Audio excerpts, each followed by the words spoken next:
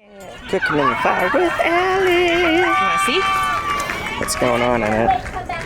Alright, chicken stew in the process. Alright. Come on over and we'll talk spices. I use a variety of spices when I'm working in medieval times. One of the most popular ones is called poudre forte, and it is a blend. This one has black pepper, ginger, turmeric, cinnamon, galangal, cardamom, and long pepper. And it's almost like a peppery version of pumpkin pie spice.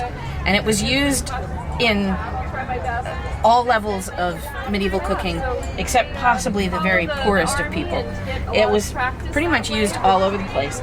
Today I'm actually going to be making a dish that has curry in it. I'm using a McCormick's because I like the flavor of it and it's not hot. But they would have had curries that were coming in from the Orient, down the Oriental spice trade, and it would have ended up in London and other ports like Aberdeen, and they would have been able to use a variety of spices. So I have some smoked pepper, I have cinnamon, I have cardamom. This is nigella. Let me pull it open. These little black seeds.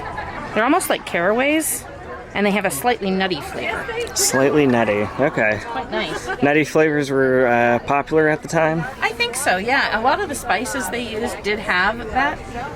But you have to remember, when they were cooking, they were not necessarily doing it for taste. That was part of the equation, but part of the equation was they wanted to keep their humors balanced. So they believed that spicy things made one spicy attitude-wise.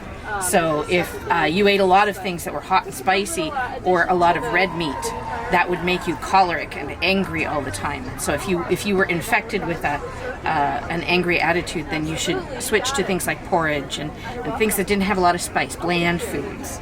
So they actually mention it in Taming of the Shrew. When Petruchio gets Catherine back to his house, or his castle, they sit down to eat, and he rips the food out of her hand and says, no, you can't eat that because we're both choleric people. We will have gruel. And she's highly unimpressed by that. Okay. One of the interesting things about spices in the Middle Ages is that we ended up getting a lot of cool spices. I have thyme, parsley, dill, marjoram, oregano, allspice, cloves, and this is just a dried garlic blend. Because what would happen is people who went to the Crusades would come back with seeds, and they planted those seeds in the monasteries throughout England.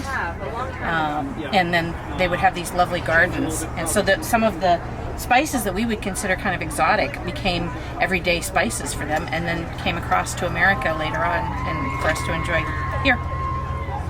All right, lovely. There you go. Thank you again, Allie. Hey, you're welcome.